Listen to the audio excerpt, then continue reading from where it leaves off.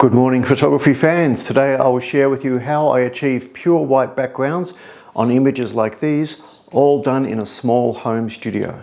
There's a couple of different ways to achieve a pure white background, but this is the way that I like to do it, and this was taught to me through the Carl Taylor educational platform. I highly recommend Carl's platform. There's some really good fundamental lessons on there that'll help you get started in photography. So what we've got here is a white paper backdrop. Now I'm using the smaller one, but I would recommend the wider one, the 2.7 meter seamless backdrop, just because when you are you've got more room for the subject to move around basically.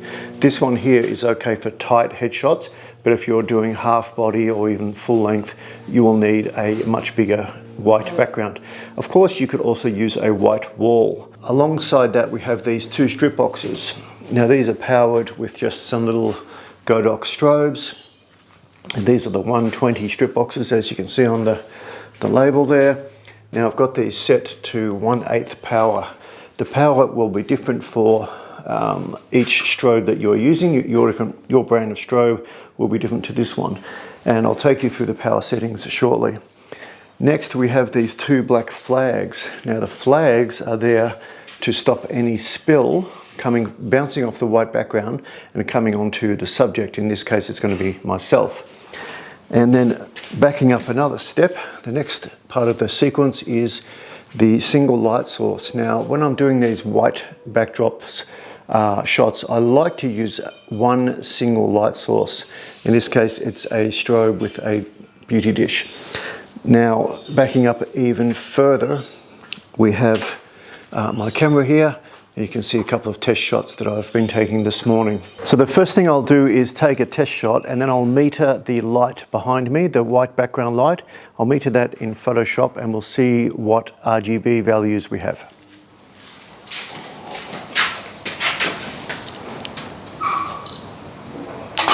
So I'll use the color sampler tool and we'll sample down here in all the four corners of the frame.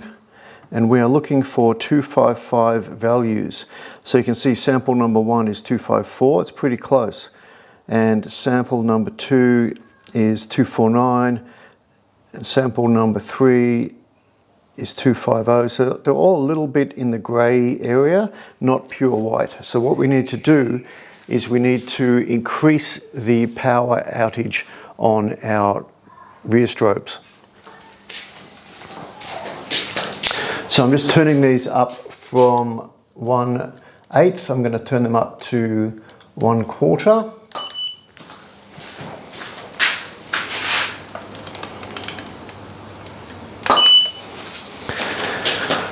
And let's take another shot.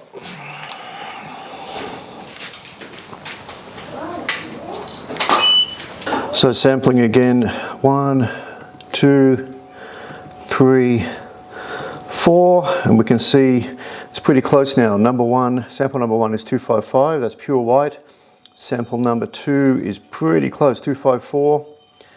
254 on sample 3 and 255 on sample 4. So it's just number 3 and number 2 that are off. So we've got to adjust the lighting a little bit. Let's turn these up just a little bit. I'm going to turn it up to 1/4 plus half. You've got to be careful when you go too high in the power, because that's going to create spill. It's going to create a kind of a backwash of light coming behind you. You're going to get a kind of a halo behind you, like a horrible white halo. It looks really bad. So you've got to be careful about that. You can't just blast heaps and heaps of power back there. All right, let's take another shot.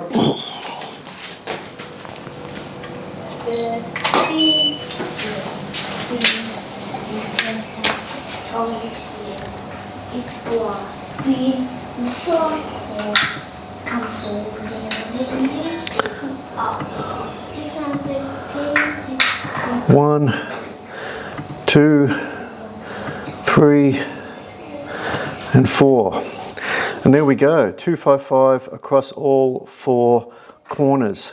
So for these particular strobes, which are the Godox AD200s, I've gone to 1/4 power and a half on both of those, and that's using those two strip boxes that I showed you earlier, and that's giving me just the right amount of wattage per second for a pure white background.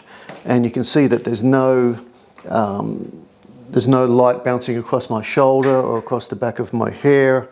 It's just a pure white. So just some final tips. I would advise just to use a single key light like this. Now the reason I like to do that is because the single key light creates contrast. You've got contrast in the black areas under the chin there. And if you start to use a fill light or a bounce reflector or something like that, you get quite a washed out total image, and it doesn't look very good. Now the reason these images look good when they're black and white, particularly if you if you increase the contrast a little bit, the reason they look good is because you've got that contrast between the pure white and the shadows.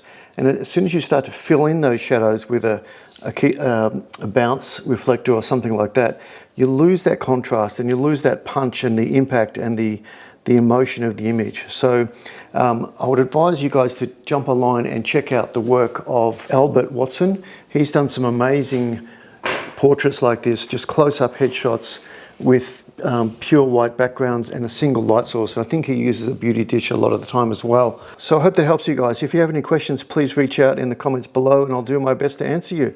Thanks very much for watching.